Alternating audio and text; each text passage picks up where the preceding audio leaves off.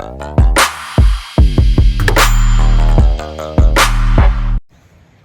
guys, magandang hapon po sa inyo lahat and welcome back to my channel. So, finally, today, meron na po ulit tayong update sa mga kamatis ko.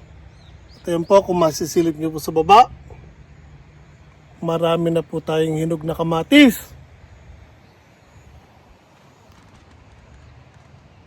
Hindi masyadong kita sa likod pero dito po guys. Saglit ha.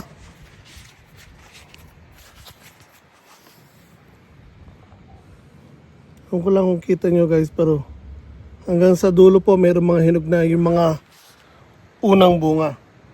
So, silipin natin ang mga kamatis ko.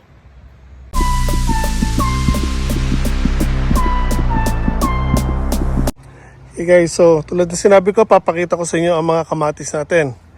Pero mahirap pumasok dito at kumuha ng video, kaya dito tayo sa gilid. So ayan guys, ito po yung golden tomato ko. Yan, last year may tanim din akong ganyan. Ayan o. Ayan guys, hitik na hitik po sila sa bunga. Meron din dito. Ito guys, pag may tanim kayong kamatis at meron sumibol niyan sa baba, tanggalin niyo po yan. Aagaw lang po siya ng nutrients para sa mga bunga at sa mga panibagong shoots nyo sa taas. Kaya alisin niyo po yan. So, halos lahat ng puno natin guys ay hitik po sa bunga. Ayan.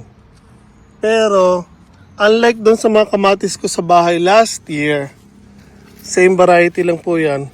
Mas malalaki po yung binunga ng puno ko ng kamatis sa bahay. Kasi again, kahit maganda yung lupa niya dito, kulang pa rin sa mga nutrients ng lupa. So, bago ko to siya tinanim, or bago ko tinanim mga halaman ko dito, nilagyan ko ng dumi ng manok. Yun po yung ginagamit ko usually sa bahay. Ganun pa man, kulang pa rin po siya kasi again matagal na abandonado yung lupa na ito. So napabayaan. So halos wala na pong nutrients ang lupa. Pero ayan, kahit pa paano, dami pa rin binunga ng mga kamatis natin. Kaya ito, lalagyan ko po ulit sila ng panibagong pataba. Probably next week. Kasi wala na tayong pambili for now. Which is okay lang naman yan. Dahil ngayon pa lang po sila halos lumalago. Kaya kaya pang habulin yan guys. So lalago at lalago pa yung mga kamatis natin. Ayan o. Mga hinog.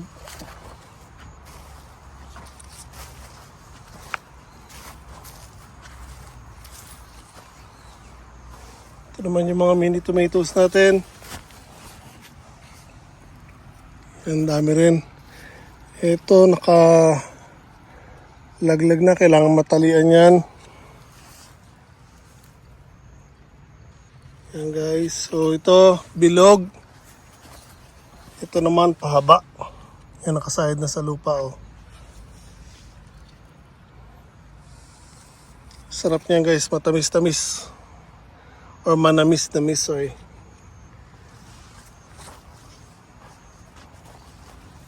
Ito ang daming bunga oh, mula baba hanggang taas guys. Hitik sa bunga oh.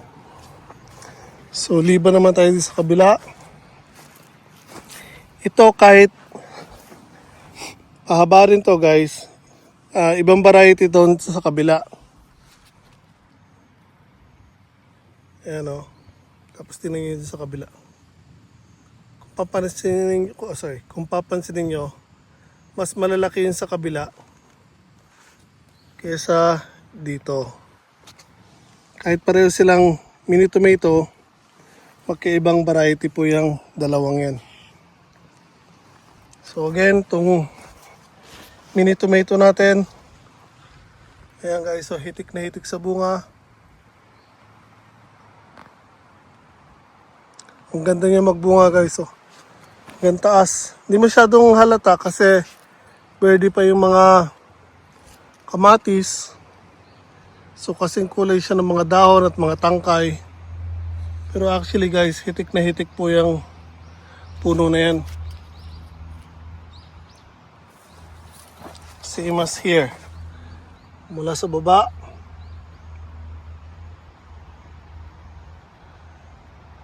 Tingnan nyo guys, oh. Gusto ko siyang i-wide para makita, ipakita yung or makover yung talagang dami ng bunga. Ang problema nga lang, tulad ng sinasabi ko, hindi nyo kasi sila mahahalata pag nag-back ako or lumayo. Kasi nga kakulay sila ng mga dahon, so hindi nyo mapapansin yung mga kamatis. Pero guys, as in, ayan o, hitik na hitik po sa bunga ang puno na ito. At ayan po, patuloy pa rin po naglalabas. So ayan o, may ilang piraso tayo niyan na puno. 6 yata kung hindi ako nagkakamali. And ito yung sinasabi kong Italian tomato na haba. Ito, meron akong tanim nito last year sa bahay. Nagustuhan namin kaya naghanap ulit ako nito. Kasi hindi ako nakapagbinhi nito. Kaya hinahanap ko talaga guys. Ayan, kakatuwa siya magbunga kasi nga kumpulan din siya magbunga. Tapos ang haba at malalaki. Ayan o. So marami rin siya magbunga. And pwede nyo siyang kainin ng hilaw guys. Manamis-namis na maasim-asim. Kahit hilaw po, okay lang kainin yan. Malutong. And makapal ang laman niya. Guys, ito lumundo na. Makikita yung tali ko doon, bumagsak na. Ayan o. Bakit? Kasi mula baba, napakaraming bunga guys. Oh. Ayan o, kumpulan o. So, sobrang dami ng bunga guys. Lumundo na yung puno ko ng kamatis. Lumundo na yung tali ko. Ayan, bumaba sila oh. Sa sobrang bigat. Grabe magbunga ang variety na to. Ito kung mapapansin nyo, wala na yung bunga. Kasi nagpunta dito ng last week ang misis ko nung namitas kami nagbunot kami ng patatas. Ang dami niyang pinitas ng mga bunga. Ayan, kahit hilaw pa. Kasi nga, masarap kainin kahit hilaw. Ang lutong, ang kapal ng laman.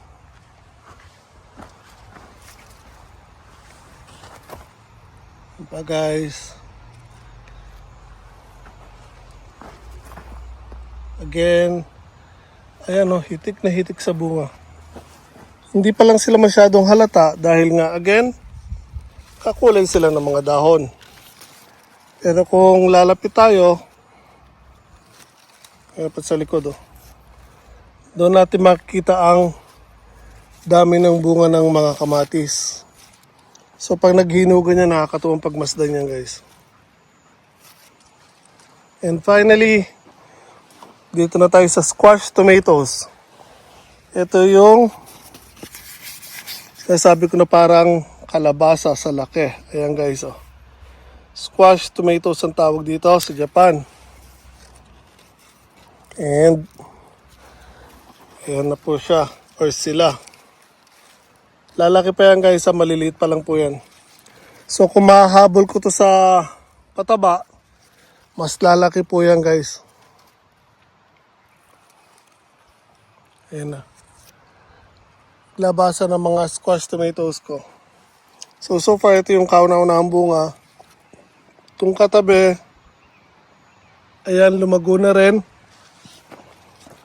And may bunga na rin po siya. Kaya nga lang, hindi pa kasing dami katulad dun sa kabila. Ayan. So, tulad na nasabi ko, meron tayong ilang varieties ng kamatis dito. Dito yung squash tomatoes. Ito. Squash tomatoes, 2 puno. After nun, yung Italian tomato, yung mahaba. Hanggang sa dulo, 6 na puno naman ng mini tomatoes na pahaba. Then from here, meron yata tayong 4 na puno ng kamatis, yung golden tomatoes. Tapos, apple tomatoes naman na pula. Halos hanggang dulo. Then sa dulo naman, meron tayong 2 variety ng mini tomato. Isang bilog, tsaka isang oblong na medyo mas malaki kaysa dito sa kabila. So tulad na nasabi ko, although magaganda mga kamatis natin, maraming binunga, kulang pa rin po sa nutrients yan guys. Kung mas marami tayo nilagay na pataba, animal manure at compost, mas magiging magaganda at malalaki po ang ibinunga sana niyan. So hindi natin kalain na ganyan dahil again, bago ko to inumpisahan, naglagay naman po tayo ng animal manure. Then naglagay na rin ako. Nahabol ko pa po yan guys sa pataba. Gumamit pa ako ng chemical na pataba dyan. Kaya bigla sila nagandahan. Pero again, kulang pa rin po sila sa pataba. Pero kung nakita nyo naman po, kahit pa paano magaganda pa rin po ang binunga ng ating mga kamatis. And again, ito ibebenta rin natin. So pag marami tayong napitas, iaalok natin ng mga kamatis, binebenta po natin yan para kahit pa paano may bumalik sa atin sa mga nagastos natin. And sa mga gusto naman dyan na umorder, magtinda, basta malapit lang dito sa lugar namin, wala pong problema yan. I-deliver namin sa inyo, ibabagsak namin sa inyo, tapos kayo na bahala mag-dispose. Papasok ko sa inyo ng presyo or price na pantinda. So, now magdidilig naman ako dahil hapon na. Nagtabas ako actually dun. Makikita nyo malinis na po dun sa kabila. Yun. Pati dun sa dulo. Yan, tinabasan ko. And hapon na, so didiligan ko naman mga halaman ko para makauwi na ako dahil pagod na ang katawan lupa natin. So sana po nagustuhan niyo po ang simpleng binagi ko sa inyo guys. Again, simple update lang ng mga kamatis natin. Pinakita ko sa inyo kung ano mga varieties natin. And bago ko umuwi, after magdilig, mamimitas na rin ako ng mga kamatis natin pang benta kasi may orders po tayo. So again, ingat po tayo lahat palagi guys.